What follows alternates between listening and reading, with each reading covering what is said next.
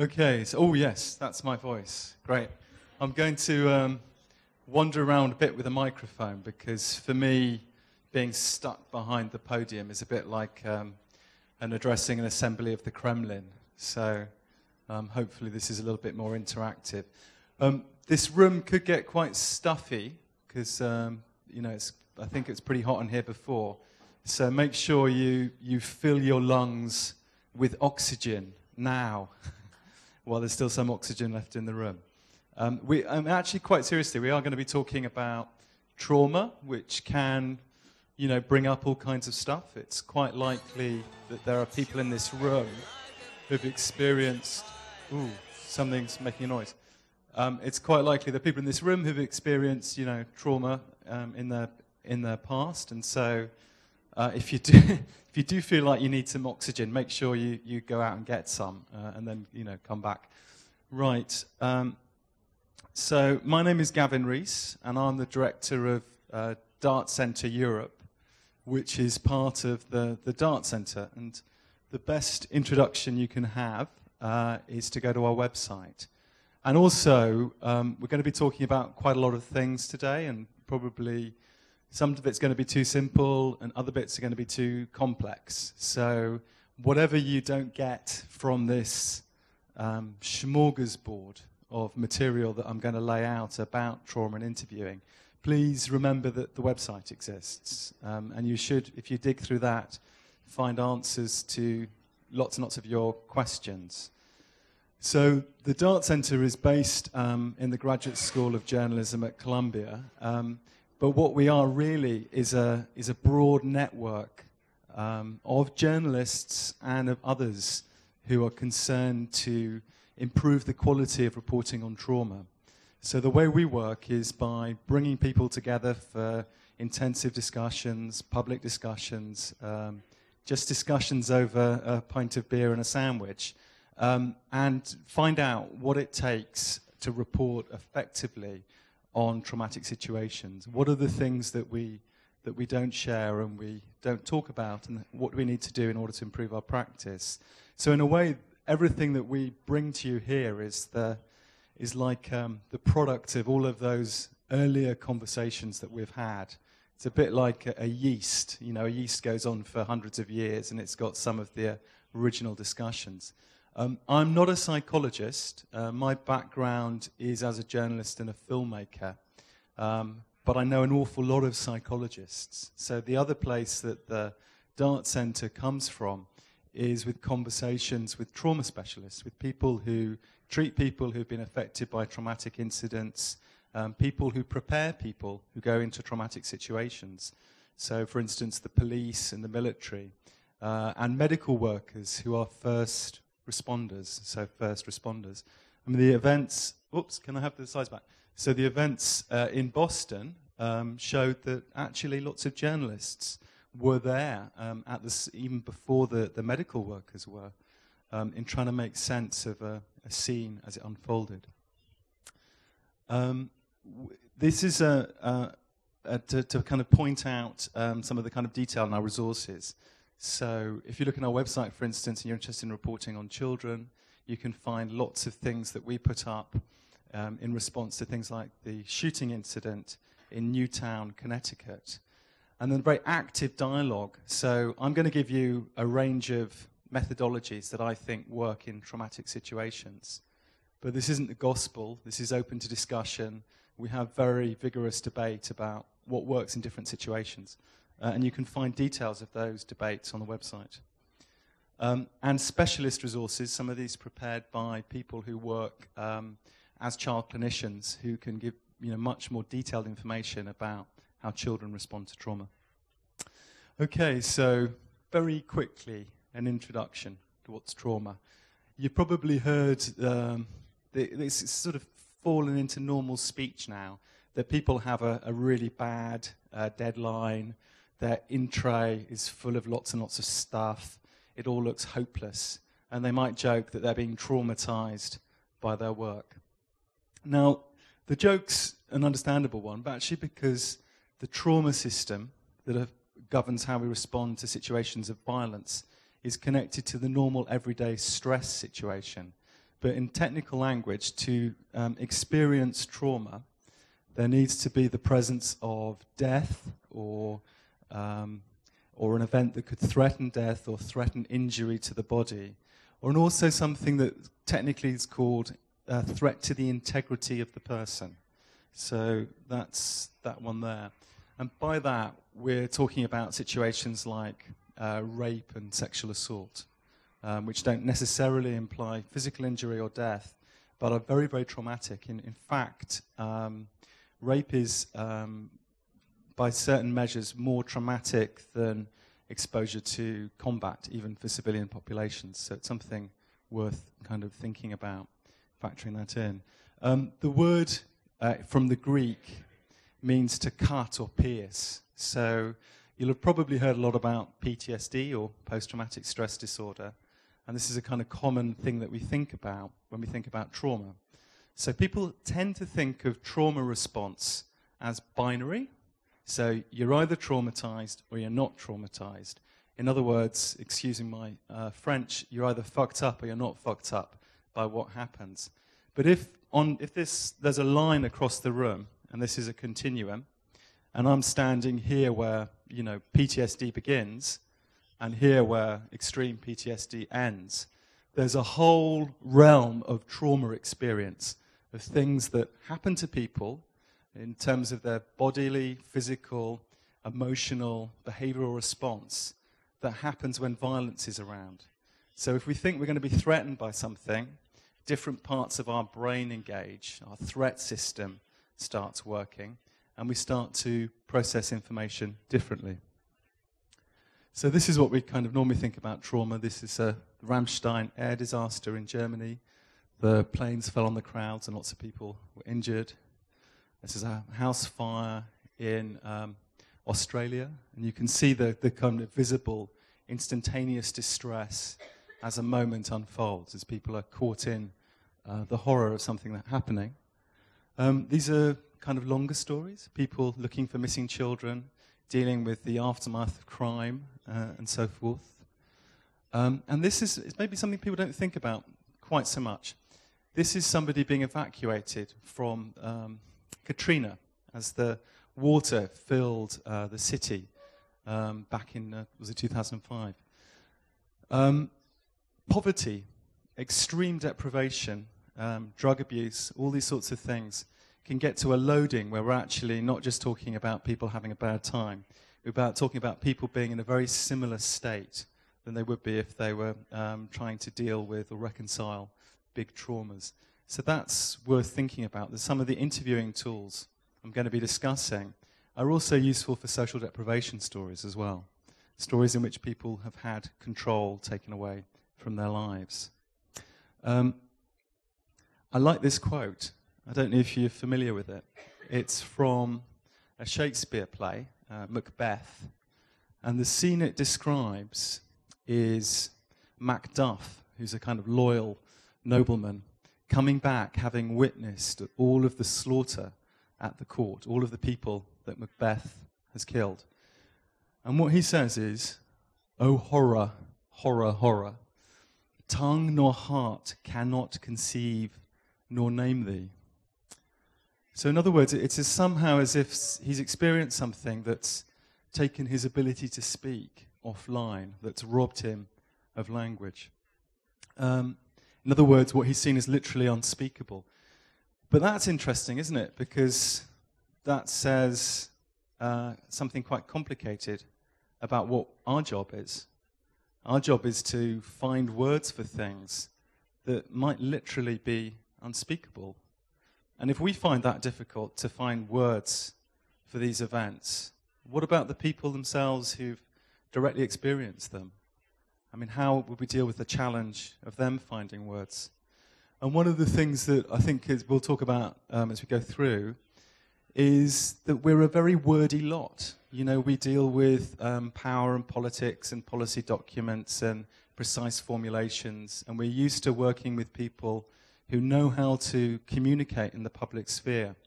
But maybe those rules aren't so useful when we're talking to people in a much more intense, basic, emotional situation because of what life has thrown at them. Also, of course, the point about Shakespeare is that a lot of Shakespeare plays are set in Italy.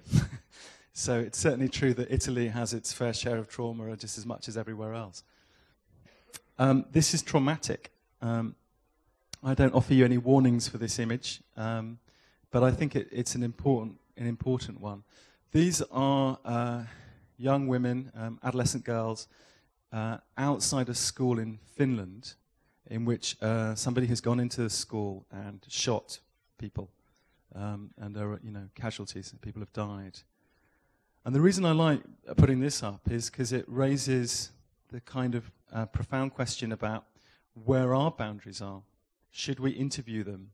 Is it right to go and interview young children, young women, in the aftermath of something horrific? Or should we kind of move away from them and preserve their distance, preserve our distance?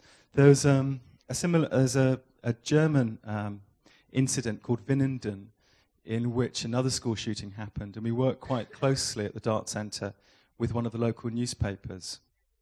And the local journalists were appalled by all the international journalists who came flooding in from elsewhere and set up their satellite trucks and annoyed people and sort of probed into local life, trying to get access to the victims' families.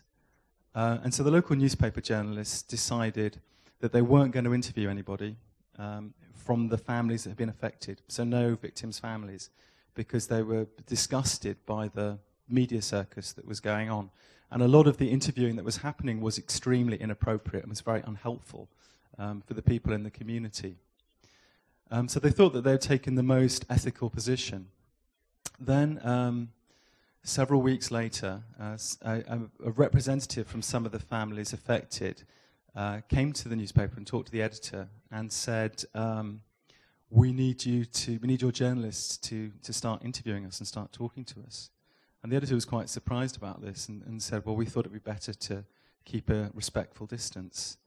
And this representative explained that the difficulty for the families was that when they went out into public, or went into supermarkets and other places, that people shied away from them and didn't come up and talk to them.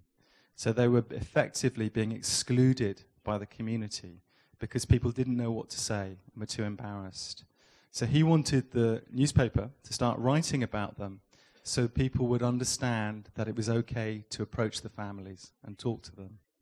So in a situation of kind of bereavement situation, we're often, again, at a loss for words, don't know quite what to say, even if we want to do well. And this is a challenge that exists on both sides, both in terms of the victims who need to communicate their needs and us who need to be responsive to what their needs are.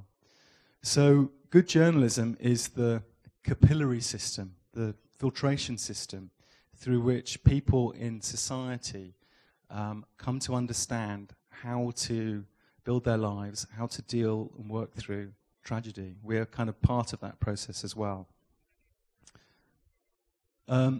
This is Utoya, which I think you'll all recognize. It's the island in just off Sundvolden in Norway where Anders Breivik killed 79 people, I think, in July 2011. The Norwegian Union of Journalists did a big survey of all of the reporters, or nearly all of the reporters, it couldn't have been all of them, who went out and reported in the days immediately following the tragedy. And what they asked people was what were the most difficult experiences for them as journalists. And what comes top is interviewing people who were those left behind, people who were connected to the violence, family members, people who didn't know what was happening, people who were hiding on the island, as well as, it's actually harder than the victims. And all of those effects are higher than things like witnessing dead bodies. So in other words, there's something very challenging about talking to people about difficult stuff. It's not easy, and it can have an effect on us. Now, some of you, particularly if you're kind of old school, might be listening to me and thinking, yes, yes, yes, yes, yes, yes, yes, but the journalists aren't the story. We're not as badly affected by the things we report on as victims. And I'd say most of the time, when we're not victims ourselves, that's probably true. But the thing is that if we don't factor that in and think about it, and in other words, if we try and push away the distress that we might be feeling on dealing with a difficult topic, and don't do that carefully, then it can come back and rebound on us, and it can affect the way that we interview people. So, in other words, if I'm talking to somebody and they're telling me something very distressing, and I'm trying to think, no, I'd be okay in that situation, I'd have been able to cope with it, it wouldn't be so bad, then that kind of thinking process is going to affect the interviewing process.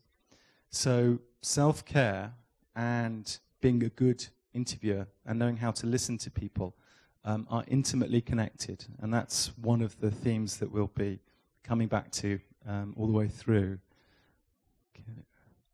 So those are things that I've said.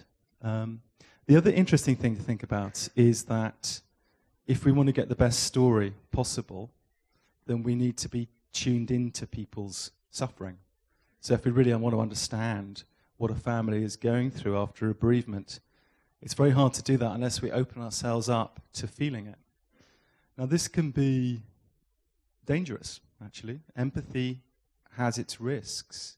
It's a very well-known effect with trauma counselors who work a lot with rape victims, is that because they immerse themselves in their stories, they can start to inhabit them in their heads. And so going home at night, might fall asleep and dream that they're being attacked. In other words, they're taking on things. So we're not going to go into that aspect of it a lot, but the more trauma work we do, particularly if we're trauma specialists and we're doing very intensive work on things like sexual violence and torture, then we need to develop self-care plans. We need to develop ways of distancing ourselves.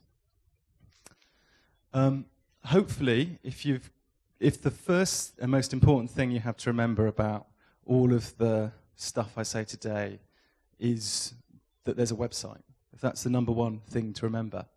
Number two thing to remember is that when we're doing trauma work, we all do a strange kind of dance, and we can't help it. Everybody does this dance. So those are the dance steps, and these are very important to memorize. So what we do is a dance of approach and avoidance. So when we hear about something life-threatening or dangerous, both as journalists and as individuals, part of our consciousness rushes towards it. So it's like, hearing a crash in the street and thinking, oh my God, what's that? Let's go and see. And then another part of us goes, no, I don't want to see that. That's too horrible. That's kind of difficult. And we do that as reporters all the time. But we also do it as individuals if we're victims. And we do that in a very complex set of ways.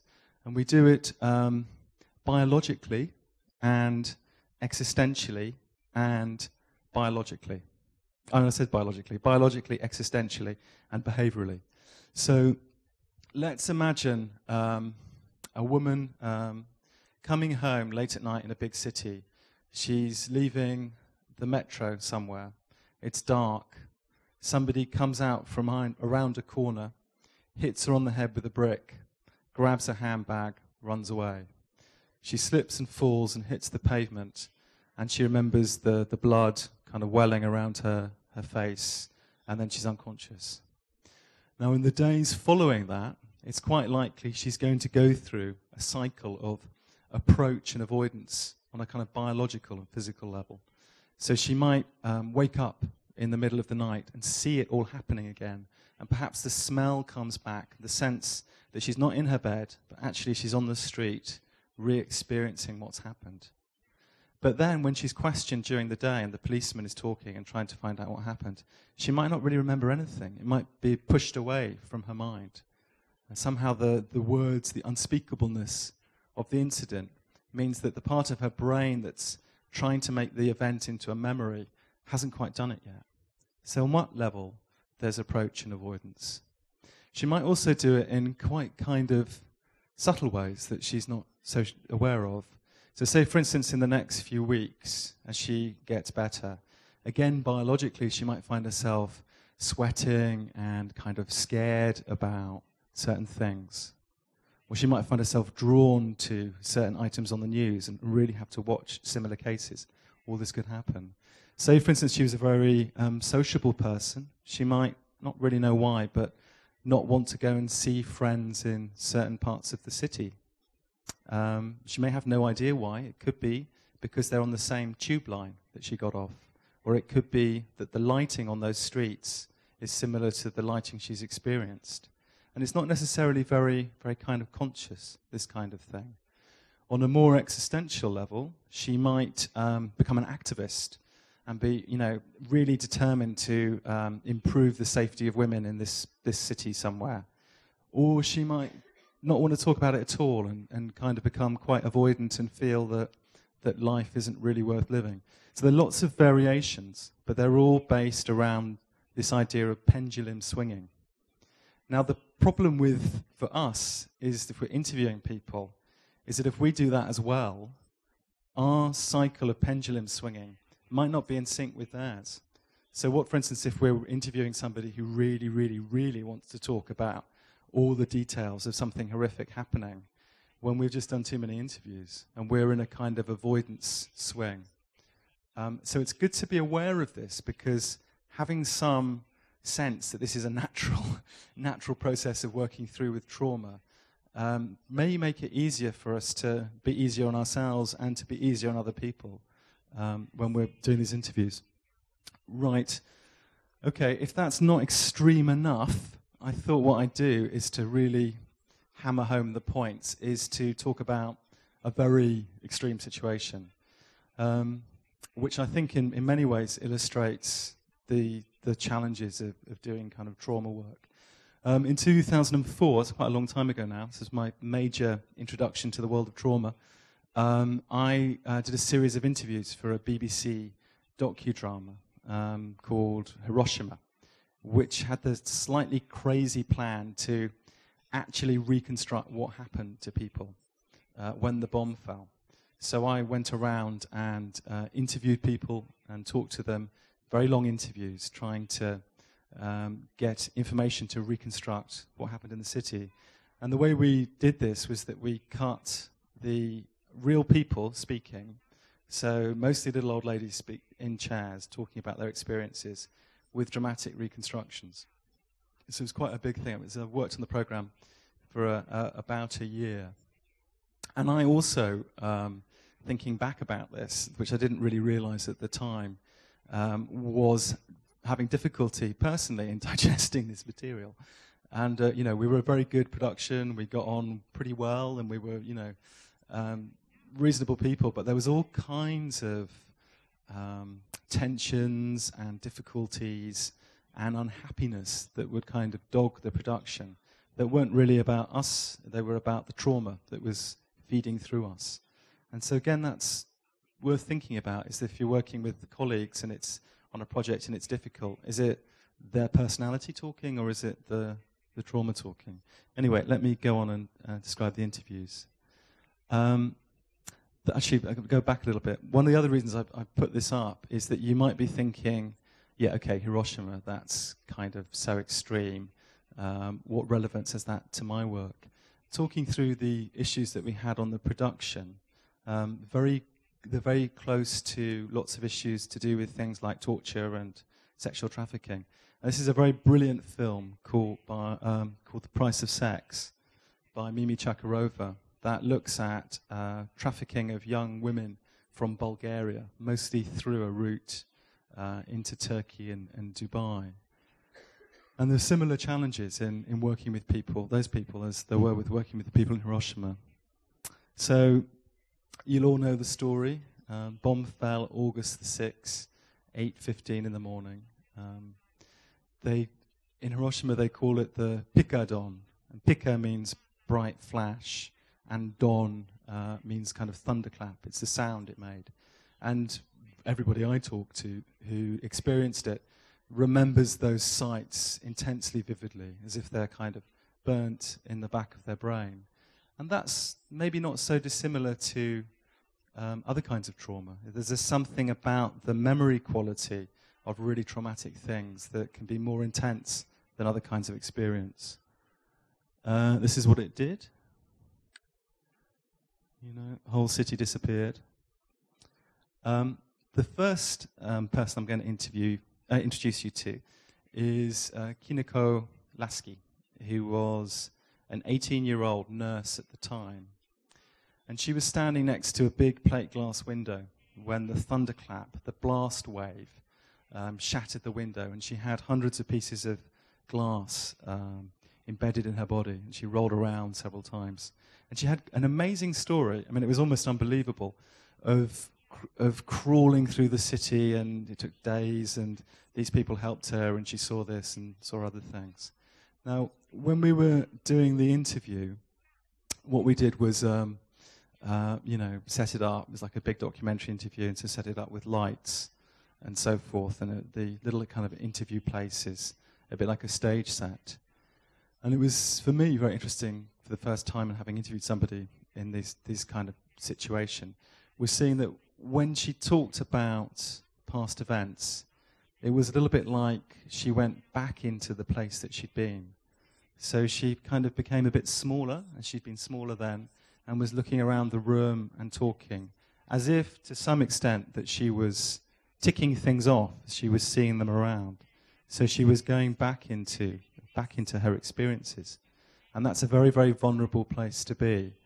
We're going to talk a little bit later about that in more detail. But if we take somebody into a traumatic place, we also need to have a strategy for bringing them out of a traumatic place, because you can't just end an interview when somebody's re-experiencing stuff. And she saw amazing detail, and I didn't believe the description, actually, in some ways. It was just sort of, kind of extraordinary. So I interviewed her again after lunch with slightly different questions. And she was going through the same landscape, and she was seeing very similar things in the same order, in the same place. And so on one level, memory is extraordinary. However, you see this glass window here. Kineko's hobby was making stained glass windows. Okay, and don't forget that she had, dozens of operations over the years to remove glass. Now, when I asked her if there was any connection between working with glass and her wartime experiences, then she said, no. What are you talking about? So sometimes people have very clear memories, and sometimes they have great difficulty in piecing things together. There's a very famous incident that happened in the 1970s in New York. A woman was at home in the evening watching television, and it was a hot evening, and the window on the fire escape was open. And while she was watching television, somebody climbed up the fire escape and raped her. But she was a kind of tough character and got herself together and immediately called the police and was absolutely determined to catch this guy. So they took her back to the police station, and they went through all of the books with the pictures of the likely rapists or likely criminals who lived in the area. She couldn't identify any of them, but they did one of those pencil sketches. They got an artist in and did a reconstruction. And a few days later, they caught a guy fitting the description leaving the airport. So he was arrested. There was a line-up in the police station, and she said, yeah, that's him. That's the guy who attacked me. Definitely, 100% certain. It's him, it's him, it's him. There was only one problem, and that was that he had a cast iron alibi. Does anybody know what his alibi was? Anybody guess? Okay. He was on television at the time she was being attacked. So in other words, she'd superimposed his head onto the head of the attacker. And she was absolutely certain. And this is very common with these very intense experiences, is that people can't necessarily reconstruct the hot shards of the fragments of memory in the right order afterwards. So let's imagine that if we're interviewing somebody who's a politician or somebody who's powerful, and they get the story in the wrong order, or there are things that don't quite make sense, or they go silent for no apparent reason because they can't find the words. Then I think if you're like me, my first instinct would be to think, this person's lying. This person's lying. I'm going to get them. I'm going to try and work out what they're hiding. And so then that's a whole different mode of interviewing, from interviewing somebody who's a trauma victim, who needs space and understanding in which to be able to try and recollect what they can recollect. This is Teruko Fujisan, who was a tram driver. So all the men went off to war, and basically, I think she was 16 or 18 at the time, I can't remember which, and the schoolgirls were drafted in to drive the trams. And she's very small, actually, so, you know, she's kind of, you can imagine her kind of battling to control the tram. When the bomb went off, she was just pulling the control lever that moves the thing at the top of the tram. And there was a bright blue flash. And what she thought had happened is that she'd broken the tram, that she'd pulled it too hard, damaged the mechanism. And when she got out and saw that the whole city was on fire, she sort of, you know, vaguely worked out that something else had happened. There was some bombing attack. And then she evacuated herself. But the odd thing for me is that when I interviewed her 60 years later, was that she was talking about this, and she started to behave in a very kind of shifty way, and looked, you know, like it was sort of, she was guilty and it was her fault. And this is another big thing with trauma, is that even if we bear absolutely no responsibility for what other people do to us, it's very easy to feel that we were to blame. That, you know, I shouldn't have done that. I shouldn't have been there. Why me? And there's a lot of discussion in kind of academic psychology about why that is so. But it seems to be this idea of something called the just world. It's that we can't really believe that such horrific things can happen to good people. And so there's some kind of mechanism, psychological mechanism, in which we assume that we must have be to blame for something. And again, we'll pick up on this a bit later, but it's a very important thing about interviewing technique is not to push the guilt direction, the guilt track. You know, I was talking to a Norwegian journalist who was in Afghanistan, and a colleague of his was shot. He helped apply first aid to this guy.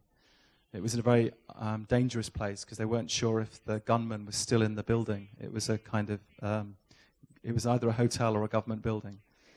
And he had got back and very kind of sort of distressed, but the distress simmered down. The nightmares went after a while. Because the issue was that they basically couldn't stop the guy from bleeding. They did everything they possibly could, but by the time he was taken to hospital, he lost too much blood and he died. It could also have been a problem at the field hospital. Nobody quite knows what happened. But anyway, several months after that, after this journalist had felt that he was, you know, getting back to work and everything was okay, he had a long telephone interview with a colleague. And it was a good interview. The colleague did everything, you know, should have done. It was quite respectful. And then right at the end of the interview, the journalist said, "And was there nothing that you could do?" And that was the question. And then bang, you know, the nightmares came back. And he had a very severe trauma response that took him a while to get out of. So you had to be very careful. This is the last person I'm going to talk about in the interview chain. And this was, for me personally, the most uncomfortable and painful interview that I had to deal with. And I didn't really know why at the time. And Akiko Takakura Sam was only 260 meters from the bomb when it went off, which sounds extraordinary, but she was in some kind of concrete basement, and that did something to deflect some of the radiation. And when she went out into the streets, she saw everybody had been, you know, burnt in situ. There was one other person in the bank, but she died, who survived and got out, but she died soon afterwards. Now, the reason that this was a very difficult interview for me is that I was trying to apply my best trauma interviewing technique and making everything very safe.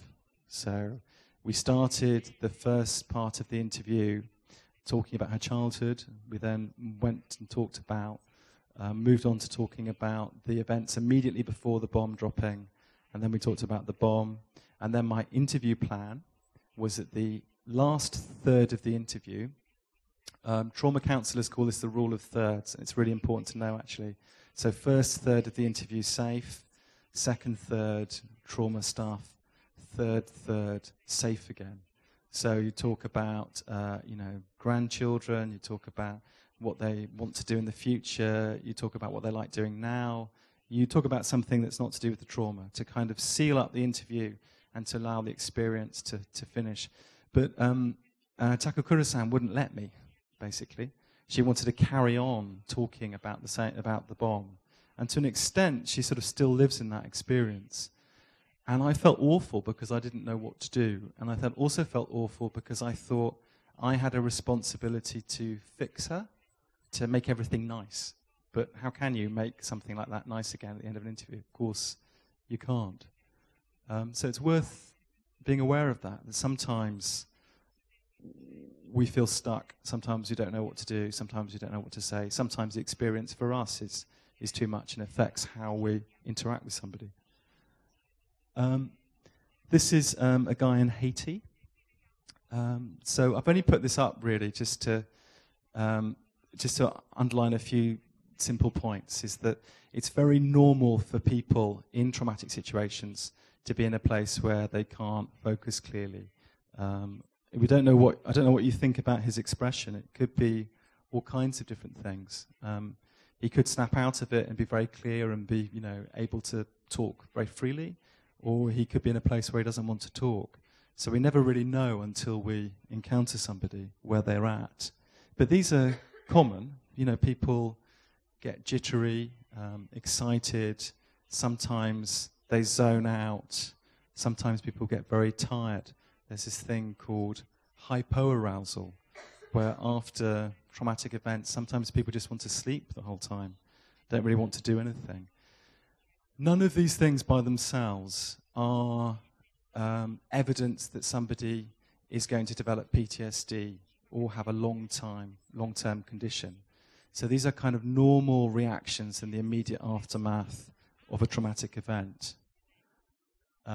This slide illustrates what happened when a group of armed robbers rushed into a building society, with shotguns, and everybody had to get on the floor, and people thought they might be killed. In the immediate days afterwards, something like 60% looked like they had full-blown post-traumatic stress disorder, i.e. PTSD. But if you look at the graph, after about 10 weeks, it's dropped down to less than 10% have that degree of activation. So it's normal to be rattled, stirred up, not to function as we normally would in a traumatic situation. If I had more time, which I don't, I'd go into why that is. And basically, these reactions are survival reactions. So when people are threatened by trauma, all kinds of strange things happen. They actually get a little bit stronger. There's more clotting factor in the bloodstream. So if they're cut, they're less likely to bleed and so forth. There are a whole different set of physical reactions that are designed for survival. But they also interrupt how we think and feel. This is Hiroshima now. Okay. So it's a huge city, kind of 1.6 million people. I put this up there just as a reminder that there is recovery after trauma. So whatever you do, never do that piece to camera where you're standing in front of an earthquake village and saying, and these people will never recover from what has just happened to them. Because A, that's a death sentence, and B, it may factually be wrong. A lot of people do recover and pull their lives together after horrible things. We're extremely resilient. So at the Dart Centre, we talk about something called Act 2. So there's a whole set of reporting to do with stories about growth and stories about how people adapt to difficult circumstances. And what happens, you know? I mean, if people, for example, in an earthquake situation, people may have lots of needs as well in terms of both communicating where they and their communities are, but also in communicating the resources that they need. And there's a whole question about who is responsible and attribution and blame. And this is pretty obvious stuff, I suppose. So this is a very interesting project that was done by ABC, in which they got people to collaborate on telling their stories. And so some of these stories aren't so happy. Some people finding it very difficult after losing their homes in the floods, still struggling. Other people were pulling together, building new solutions, all kinds of new stories in the wake of trauma. So there's a lot of scope for innovative storytelling and interesting storytelling when you kind of get into it. This is a picture of the Blitz. This is when London was bombed in the Second World War. And this is an image of resilience. It's a guy, a milkman, going out and delivering his milk just after the kind of horrific bombing. And that's a picture I showed you before as well of Hiroshima. And I'm just put those pictures in to remind you to be very careful when working on trauma stories, because people lie. I've just lied to you twice in this presentation, imperceptibly. And the second one rather, is this guy here.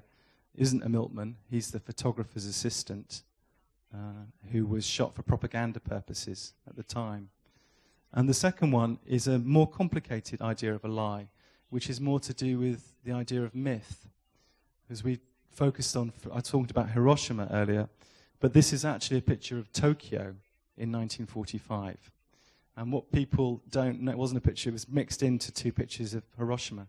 And what people completely forget, because we prioritize some people's stories and background others, is that actually on one night in May, more people died in the firebombing of Tokyo than died on the day that the bomb hit Hiroshima.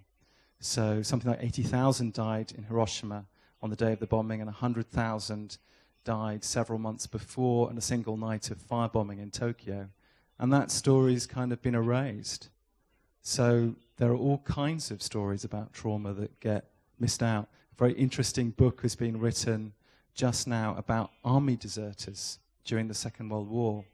There were thousands of British army deserters in Rome and in other towns in Italy who were frontline troops who abandoned their posts because of trauma, because they were developing PTSD.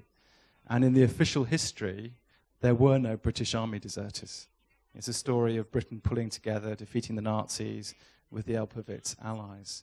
And so history gets distorted, and there's always ground for finding hidden stories, people who haven't talked about traumatic experiences. It's called Deserters.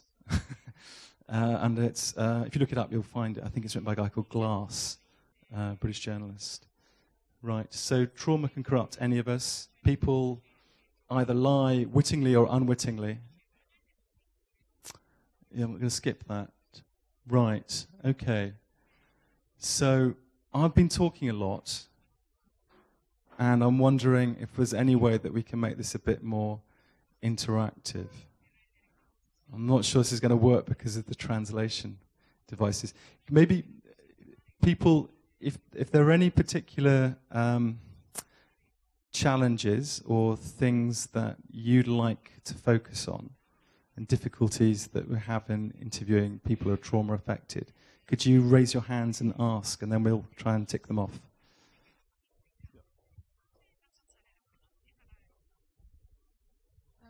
I would suggest that people who've been to some trauma, if it has anything to do with accident or anything else, they might have an implication to blame someone. And as a reporter, you have to be able to, not to direct them, but kind of deal with the situation, because you can't just show the video to people of people like with blood or whatever if they're just like been in an accident saying, well, that's because of them, that's because authorities didn't do something, that's because something else happened.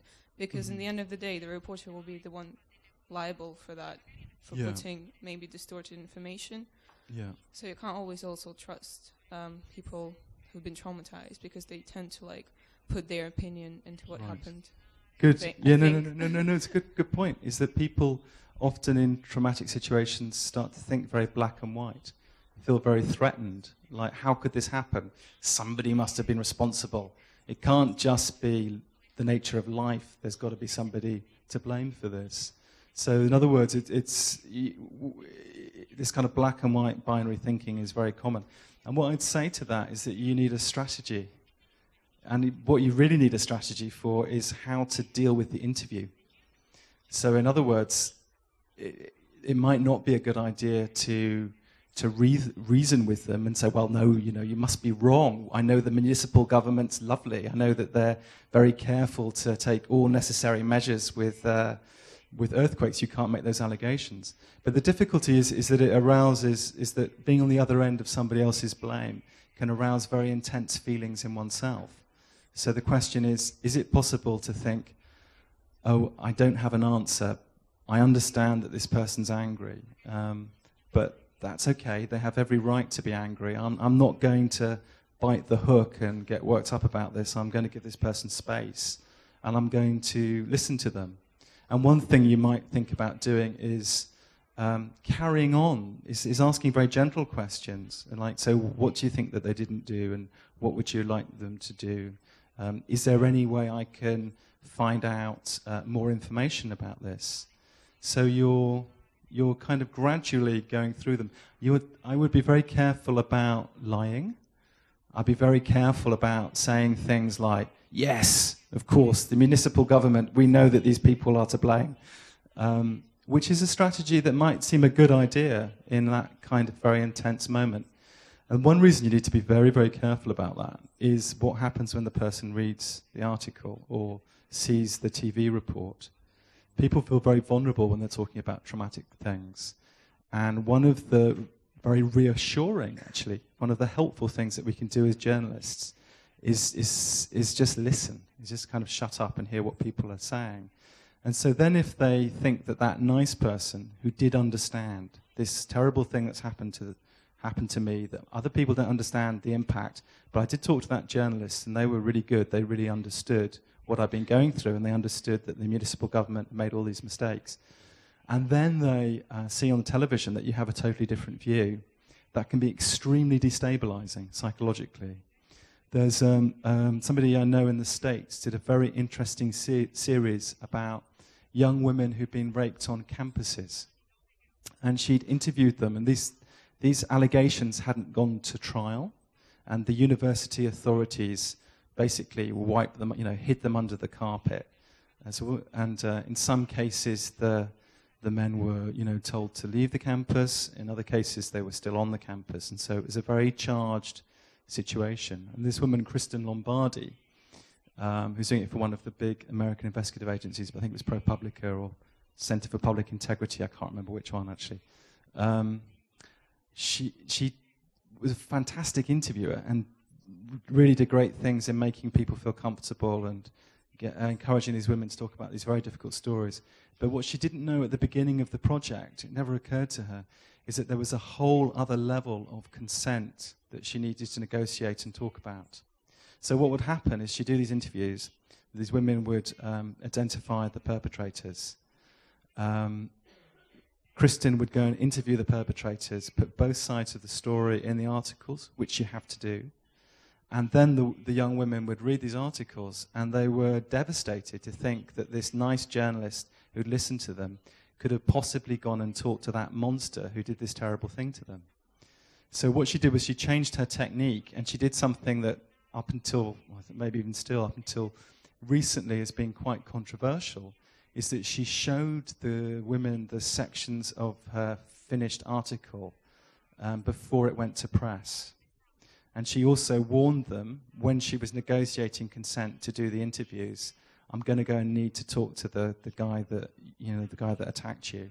I want you to understand that I have to put him in the article. This is the way it works. So she was preparing them for what was happening. So we've been talking about interviews, but interviews aren't just the moment of the interview. It's the thereafter as well. There were some other hands that came up. Yeah. Great. So there's one there, one there, and then one at the back. Hi. Hi. Io sono giornalista Grazie. Sono giornalista. Per interesse personale sto raccogliendo... Mi senti? It's okay. I'll get there in a second, sorry. Ok. Yeah, speak. Mi senti? Prova. Sono giornalista, dicevo, per interesse personale da qualche tempo sto raccogliendo le testimonianze dei sopravvissuti ai campi di concentramento e sto andando a trovare, spesse volte mi ha preso in simpatia, un 90enne che mi racconta nei dettagli molte cose. So che negli anni i medici gli hanno vietato di tornare nei lager, cosa che lui avrebbe voluto fare, ma i medici gliel'hanno vietato. E i familiari mi raccontano che quando guarda documentari televisivi ha reazioni molto violente, quasi di convulsione, stress pazzesco. È successo che un paio di mesi fa sono andata a Dachau a vedere il lager. Ne sono tornata con molto materiale fotografico e video, perché lavoro in televisione, ho fatto un reportage per metterlo in onda e lui mi ha chiesto di vederlo e io non so cosa fare. Well, that's interesting. I mean, the thing is, it's trying to create a space of safety beforehand and afterwards. That's the most important thing. And also to, I would say, to kind of pace the introduction of this material. So one thing that trauma clinicians do when they have their meetings, so in other words, that the trauma clinicians get together and they talk about bad stuff happening, is that, it sounds a bit silly, but it's actually quite a good idea, is that if one of them is going to share a really horrific case study, he or she will say, trauma warning. So what they're doing is they're just kind of prepping the mind so that they know that something's very traumatic. So with this material, if he really wants to see it, it is his decision, I think. But you'd have to discuss it with him. And I would also say, well, you sure this is a good idea? Because, I know that from what other people tell me or from what you've told me before, is this might be very distressing. And then introduce things gradually and don't show the most distressing stuff first. So depending on what you have. So if you have a kind of distant shot of the concentration camp or the lager, start with that rather than a picture of a hut or something. I'm just guessing as to what the material is. So there may be ways of approaching it. And also give the person options. So, maybe talk to them beforehand. Try and find ways of giving back control to them. So say, well, this could be quite difficult because I've got these images and you want to see them. Let's do this on the best day for you.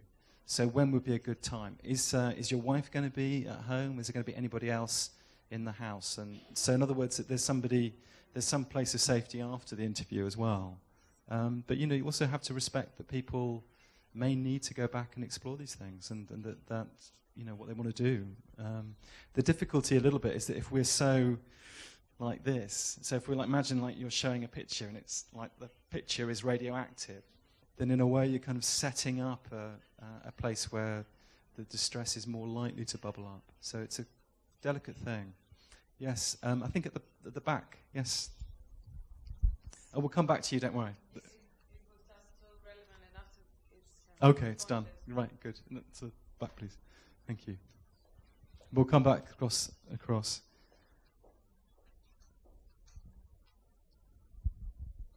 I was wondering if you could talk briefly about gender issues for journalists and trauma victims. So, for example, if you have a female rape victim, is it somehow worse for that victim to be interviewed by a male journalist than a female journalist?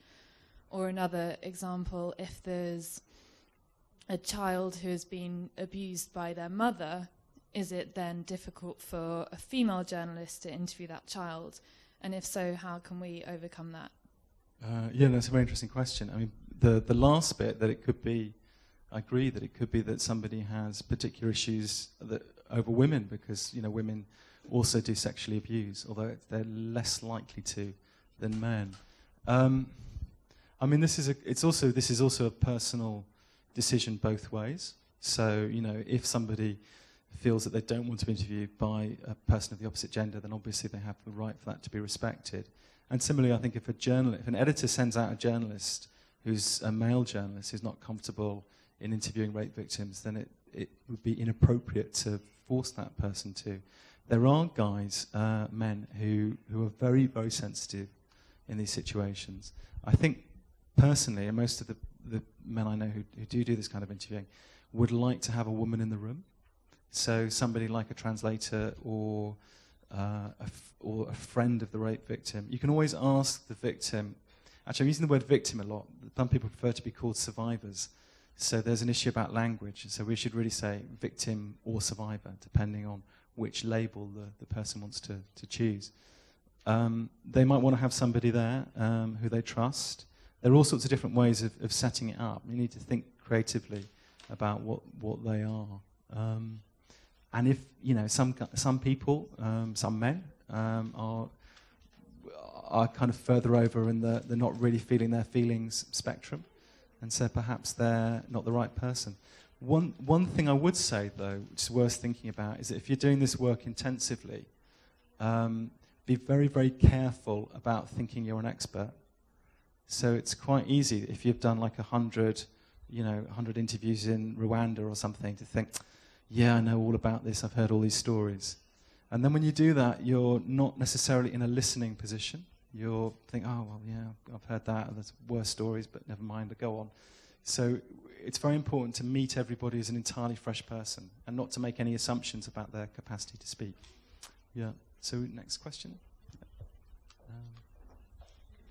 Hi. I'd like to know, how do you develop a way to take distance from the story? Because I was interviewing people who were raped and tortured for years, and then I couldn't literally sleep for months because all the story were coming back from my mind all the time. So it was really, really difficult for me. And so,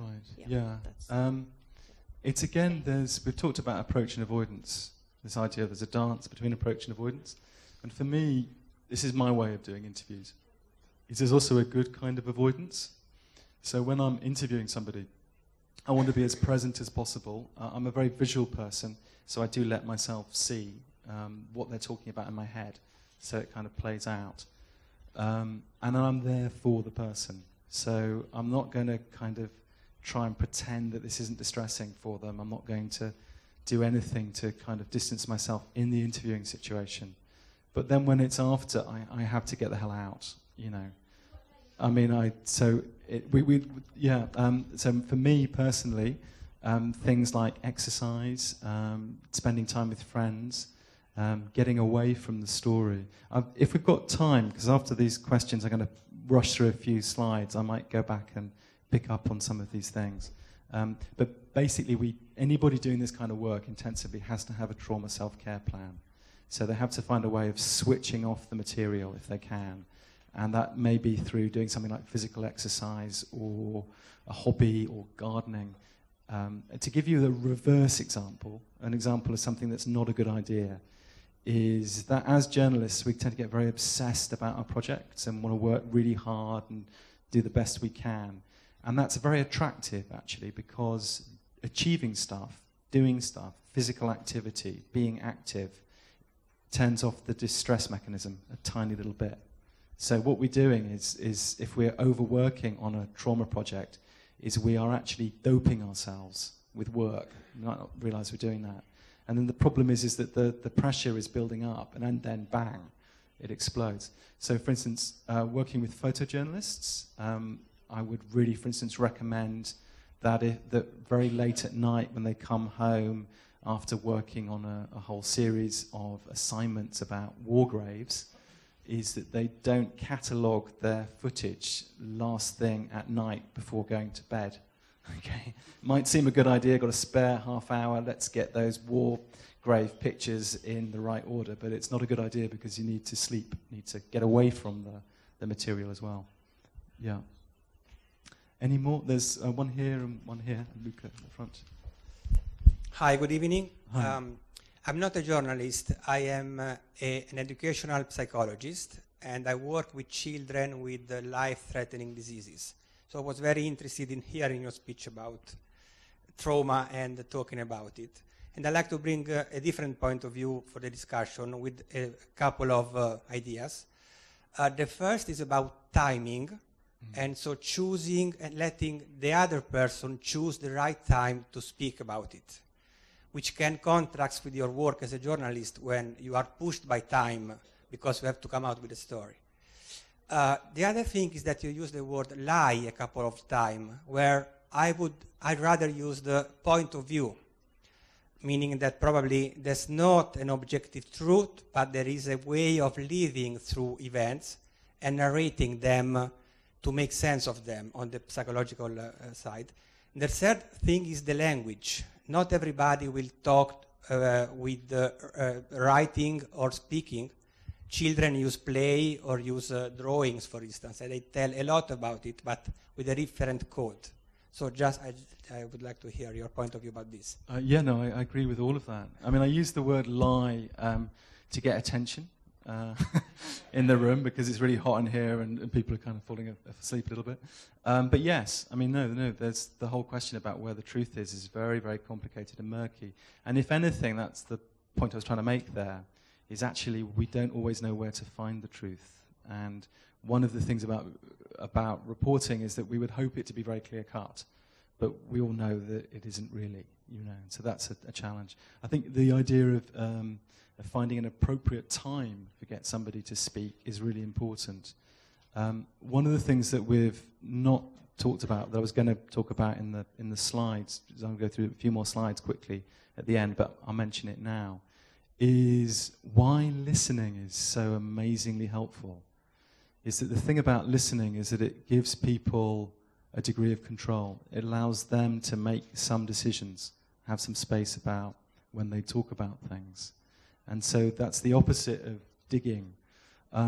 There's a very good British film about men who were abused as children when they were at school, and they were at a boys' boarding school and they were abused by a teacher. Then they became kind of quite powerful people like bankers and lawyers, and they decided that they wanted to talk about their experiences. And it's a film is called Chosen, because they were chosen by the abuser. And they were interviewed by this guy called Brian, no, there are two Brians, Brian Woods, not Brian Hill, two British Brian to make these sorts of films. He was a very, very skilled filmmaker.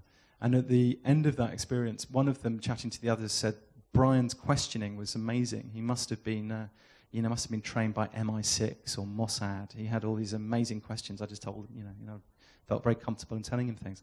But if you go back and listen to the transcripts, Brian doesn't ask almost any questions at all. All he does is say, tell me about what happened. Tell me about it. So that's the most kind of open question, and people speak. Questions that dig, lots of questions that imply feeling. How did you feel about this terrible thing that happened to you?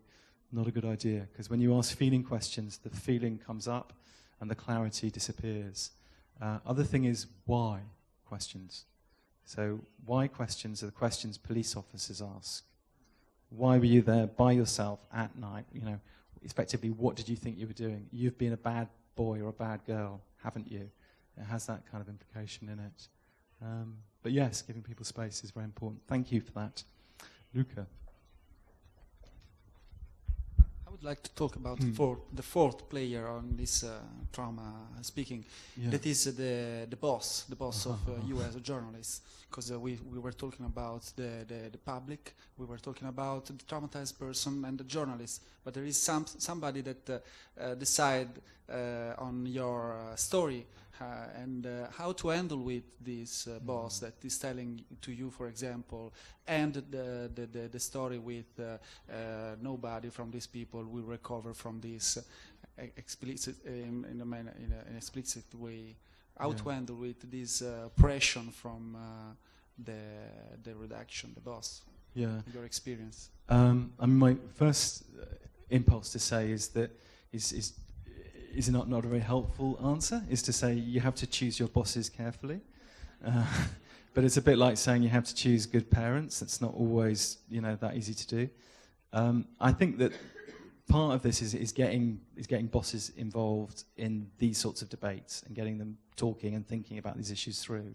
That's very important. And I also think people need strategies for dealing with difficult bosses, because one of the things that happens when we're doing a lot of difficult work is that we're more likely to be in a kind of trauma place. So then you get a phone call from the editor, or in TV context, you get a phone call from somebody in the gallery saying, where is your expenses or something, and you've just spent 3 hours working on some horrific child murder, and then we would expect a duty of care. We would expect the boss to phone up and say, well, look, I know things are really difficult at the moment. Tell me what you can do. Have you got material that we can use? What are the angles that you're looking at? Rather than phoning you up and saying, did you get the mother crying on film? And that's very destabilizing for the journalist. That's very anger making, very frustrating. So then the thing is what can we do to make that situation better for ourselves? What can we control? Maybe there's a kind of story the boss really likes. Perhaps there's a way of phoning him up and saying, well, I can't get quite that, but I've got something that you really, really would like. I know you'd like this. So, I can't answer that question straight off, but the bosses are also part of this conversation. And it's often ignorance. If you think about people in a TV production setting, that the guy who's in the studio juggling lots of different interviews and there's a problem with the camera that's not working and so forth, they may not be able to help being an idiot at the time that they phone up the reporter and shout at them for no apparent reason. That's not much of an answer, but there is kind of sometimes both sides to that I think. Great. Yes, another question.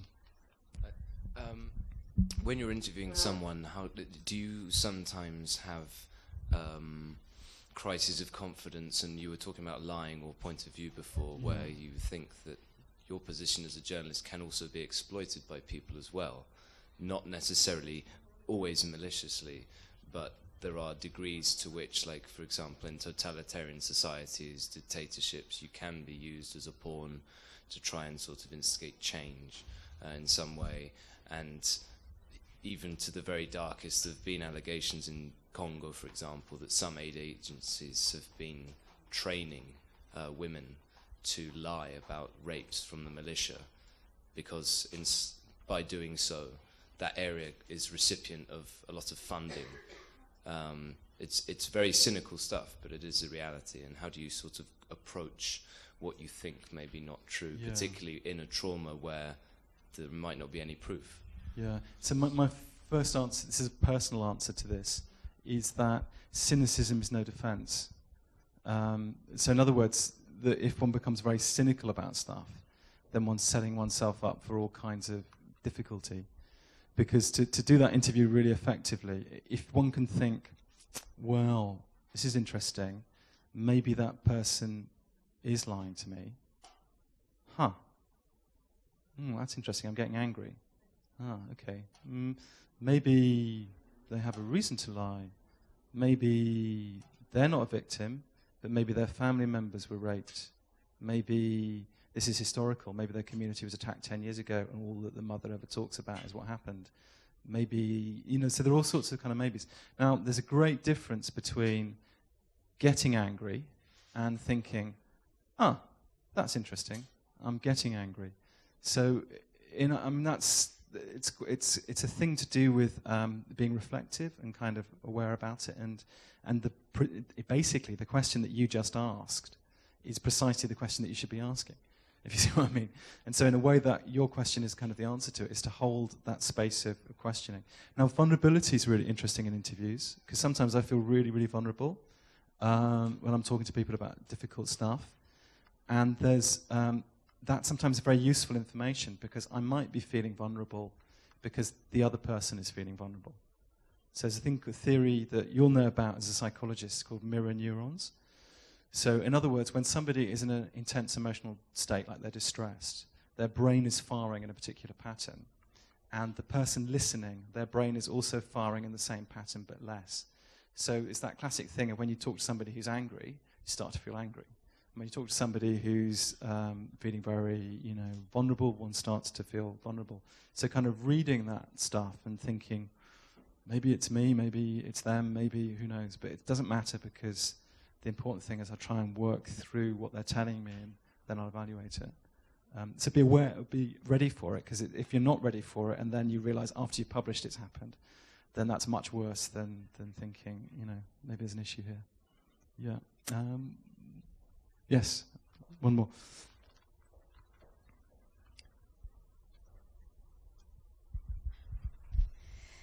Ciao, io lavoro per un sito che si occupa di tematiche LGBT, gay, lesbiche, trans e bisessuali.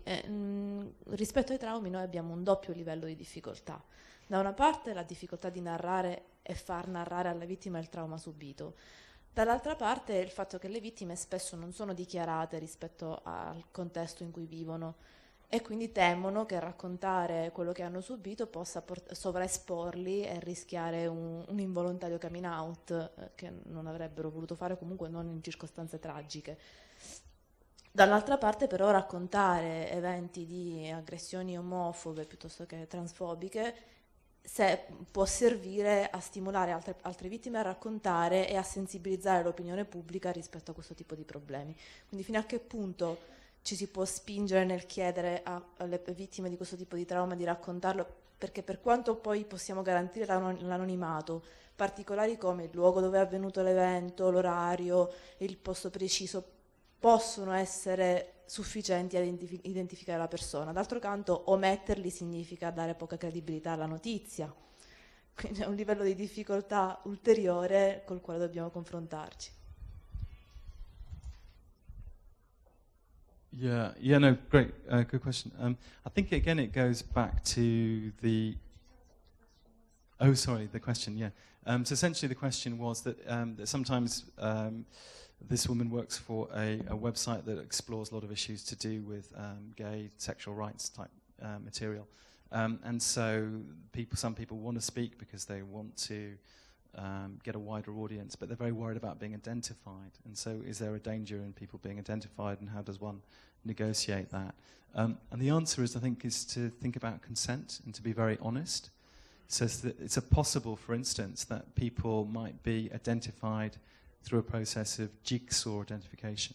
So even if they don't give their name, maybe there's a photograph of them with their face darkened and there's a tattoo or something, and there's some way of telling who this person is. I think the worst thing to do is, when you're setting up those interviews, is to say it's absolutely certain that you'll never be identified. So in other words, to involve them. So it's about giving back control. Trauma, fundamentally, a very important thing about trauma is that it takes away control from people. I mean, imagine that if you're feeling in a situation in which a violent event might feel like it's coming back and that it's repeating itself and that you don't know that you're safe, you've lost control. And the ultimate trauma, death, is the ultimate losing of control. So anything we can do to share, to be collaborative in working with victims of trauma is very, very important. And being honest with them about what the risks are. Because they might think, well, damn it, there's a 20% chance I'm going to be identified, but I'm got the courage to do this. But it's their decision, not our decision, I'd say. That would be my personal thing. I mean, I didn't mention this earlier, but going back to the thing that you were talking about, is that the ideal, I suppose, is to be kind of non-judgmental when in the interaction, and to kind of hold ourselves in a place where we're open to all the possibilities and meanings. And I think that's also true for them as well, that in order for them to make good decisions about consent, that they need to realize there are other possibilities and risks involved. Nothing really is black and white, or very few things are black and white. Great. We've only got 5 minutes, so can we have the presentation back, please? Great. Yeah, so that's how not to do an interview. Big gang of people all pretending this has got nothing to do with me. So I'm just going to go through these very quickly. In fact, we've talked about all of these things, I think, in the discussion. Yeah, that's about listening. Very quickly, I put this up because it's derived from a guy called John Sawatsky, who's an interviewing coach. And we haven't really talked about why listening sometimes can be very difficult. And Luca was talking about the editor, that the editor on the telephone. And sometimes one of the things that happens in an interview is it can feel a bit like we've got two cartoon characters on either shoulder. So you've got like the kind of good angel, and you've got the bad angel. And sometimes that bad angel can talk in the editor's voice. Like, why haven't you got this soundbite? I mean, often it talks in our own voice. It's like, why haven't you focused the camera properly? Why is this person not saying what I want to? So there's kind of natter, natter, natter sound of everything that we need to get in order to have a good interview. Often for very good craft reasons. Sometimes it's not just bad stuff. Sometimes it's very important to make sure the camera is focused and that the recorder is recording. But it can feel a bit schizophrenic sometimes. So you feel like you're too concentrated on the craft and not really concentrated on the person and on listening. I think it's a little bit like meditation. I don't know if anybody's tried meditation. But if you're fighting the bad angel, it's just going to get bigger and bigger and bigger and kind of float up. Whereas if you think, yeah, okay, you're right, I've got to concentrate on making sure, I'll write one word down on my pad, so we'll go back to the story about the car, so write down the word car. And it's okay, that's done, let's not think about that. And then concentrate on what they're saying, so focus on them. So when it feels like we're having difficulty listening, the best solution is to listen harder. And very often the stuff that we see, we want to see the view across the road, we want to see the clear road, but the stuff that we're looking at is actually all our own worries and anxieties. And if we can just kind of a bit like with a really noisy toddler who's kind of yanking your trousers and saying, mummy or daddy, or listen to me, and me saying, no, it's okay, shush, I won't forget, I'll come back to you, but I'm going to focus on this person and see what they're saying. Developing these skills takes a long time, so again, we talked about clinicians, and we're not clinicians, we're not there to fix people, but they spend a lot of effort talking about, working through their responses to interviews and trying to find ways of doing it better. And I think as journalists, we could do that much better than we do. I'm just going to zip through now. I think yeah. Oh yeah, this slide was don't use the torture as tools. So the right question tools, not too many whys. Yeah, we've done this. Oh no, it's animated. That's terrible. It's take ages. Oh, come off it. Oh, sorry. I copied this from an old presentation. I didn't realise it was animated. Anyway, you can read it. Oh, gosh. Yeah, and I've actually, up here, I've got some tip sheets that you might be interested in and some leaflets. And there is stuff that maybe we'll create a list for emails. Yeah. So this was the point I wanted to make in response to your question about that if we're going to do this work for the long haul, we need to look after ourselves. And for me, it's a bit like walking on a tightrope, is that we can do amazing things and really get to the heart of difficult stuff if we concentrate, focus on the other person and listen. But even the world's greatest tightrope walker can't do that forever. He's eventually going to fall off. And so we need to find some way of relaxing and getting away from the story. One way that lots of people do that is as a community of journalists. So maybe getting together and, like having a drink and talking it through is very, very important. But a note of caution about that as well. Don't know if you can read that. It says, my doctor said, only 1 glass of alcohol a day. I can live with that. So there's good avoidance, which was moving away from the story or going and talking to colleagues, relaxing socially. That's good. And there's bad avoidance, which is locking yourself in a closet, drinking 10 bottles of whiskey every evening. So you have to think about our strategies for looking after ourselves. That's my way of doing it. I was actually giving a workshop somewhere on the coast there for emergency workers or journalists writing about emergency stuff. And before the workshop, I went up in the hills and just took a picture of where we're going to be. So perspective, it might feel like our work is everything, but really getting away from it's a very good idea. We need to. And talking to others in this kind of setting. So coming together, sharing information and knowledge is all a very good way of looking after oneself. Yes, and also it's a very good way of preparing us for the unexpected as well, because you never quite know what's going to be around the corner. In summary, we've, I think, talked about all of that. So this is a very compressed thing, and I'm aware that I've talked a lot and not necessarily given as much space for it to be participative and as a workshop. So I hope this has kind of aroused your appetite. So you've found a few things on the smorgasbord that you want to look up and kind of taste more deeply in the future, and that this has been useful rather than a waste of time. Yeah, that's the last silly slide. Those are the headlines, and we'll be back in a moment to blow them out of proportion. Great. Thank you very much.